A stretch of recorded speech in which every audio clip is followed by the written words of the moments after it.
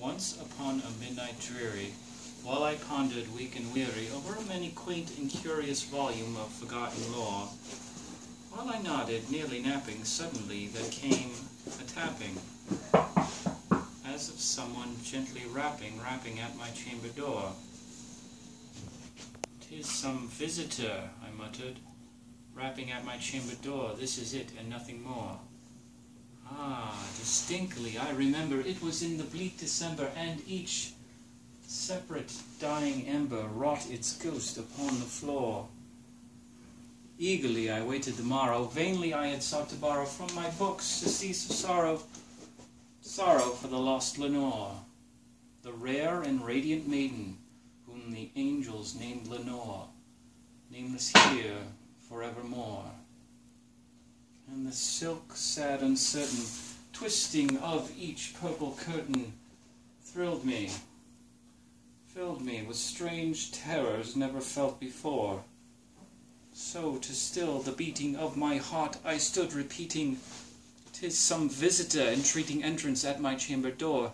'Tis some late visitor entreating entrance at my chamber door. Only this and nothing more." Presently my soul grew stronger, hesitating then no longer. "Sir," said I, "or madame, truly your forgiveness I implore, but truth is I was napping, and so gently you came tapping, and so faintly you came rapping at my chamber door, that scarce I heard you. Here I opened wide the door. Darkness there, and nothing more. Deep into the darkness peering, long I stood there, wondering, fearing, doubting, dreaming dreams no mortal ever dared dream before. But the silence was unbroken, and the stillness gave no token, and the only word there spoken was the whispered word, Lenore. This I whispered, and an echo murmured back the word, Lenore. Merely this, and nothing more. Back into the chamber turning, all my soul within me burning, soon again I heard a tapping, somewhat louder than before. Soon again I heard a tapping, somewhat louder than before.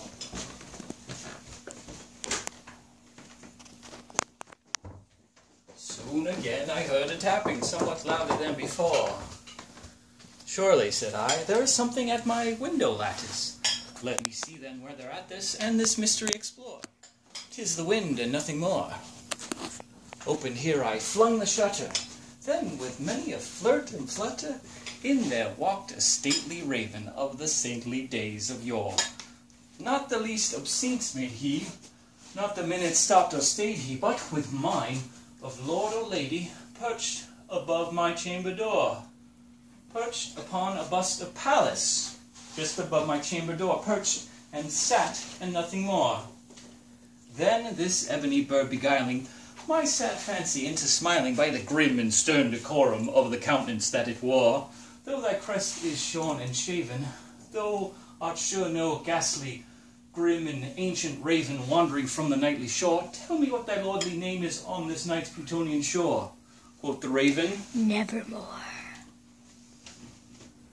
Much I marveled this ungainly fowl to hear discourse so plainly, though its answer little meaning, little relevancy bore. For we cannot help agreeing that no living human being was ever blessed with seeing bird perched above his chamber door, bird perched upon a sculpted bust just above his chamber door, with such a name as Nevermore.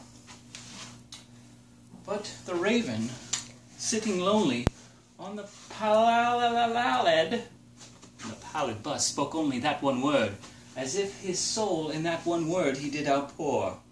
Nothing further than he uttered, not a feather than he fluttered, till I scarcely more than muttered, "Other friends have flown before, on the morrow he will leave me, as my hopes have flown before." Then the bird said, "Nevermore." Startled at the stillness broken by replies so aptly spoken. "Doubtless," said I, "what it utters is merely stock and store, caught from some unhappy master, whom unmerciful disaster followed fast and followed faster, till his songs one burden bore, till the dirges of his dreams of melancholy burden bore, of never, nevermore." And the raven, still beguiling my fancy into smiling, straight I wheeled a cushioned seat in front of bird and bust and door. Then, upon the velvet sinking, I betook myself to linking fancy unto fancy, thinking what this ominous bird of yore, what this grim, ungainly, ghastly, gaunt, and ominous bird of yore meant in croaking nevermore. This and more I sat in guessing, but no syllable expressing to the fowl whose fiery gaze now burned into my bosom's core. This and more I sat divining, while on cushions velvet lining, with lamplight gloating o'er, but whose velvet violet lining, with the lamplight gloating over, she shall press, ah, nevermore. Then, methought the air grew denser, perfumed by an unseen censer, swung by Seraphan, whose footfalls tinkled across the tufted floor. Wretch, I cried, respite, respite, and nepenthe of thy memories of Lenore. Quaff, oh quaff, this kind nepenthe, and forget this lost Lenore. Quoth the raven, nevermore. Prophet, I said, thing of evil, prophet still, if bird or devil, whether tempest sent or whether tempest tossed thee here ashore, tell this soul with sorrow laden, if within the distant Aden it shall clasp the radiant maiden whom the angels name Lenore, clasp that sainted maiden whom the angels name Lenore. Quoth the raven, nevermore. Prophet still, if bird or devil, prophet still.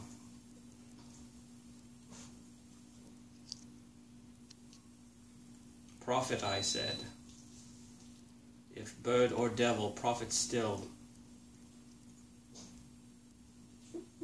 By the heaven that bends above us, by the God we both adore, is there balm in Gilead? Tell me, I implore. Quoth the raven, nevermore. Be that word our sign of parting. Get thee back into the tempest and the night's Plutonian shore. Leave no black plume as a token of the lie thy soul has token. Quit thy bust, leave this loneliness unbroken, quit the bust above my door. Take thy beak from out thy heart, and thy form from off my door. Quoth the raven, nevermore. And the raven, never flitting, still is sitting, perched upon a bust of Pallas just above my chamber door. And his eyes have all the seeming of a demon that is dreaming. And the lamplight o'er streaming casts his shadow on the floor. And my soul from out that shadow that lies floating on the floor shall be lifted nevermore.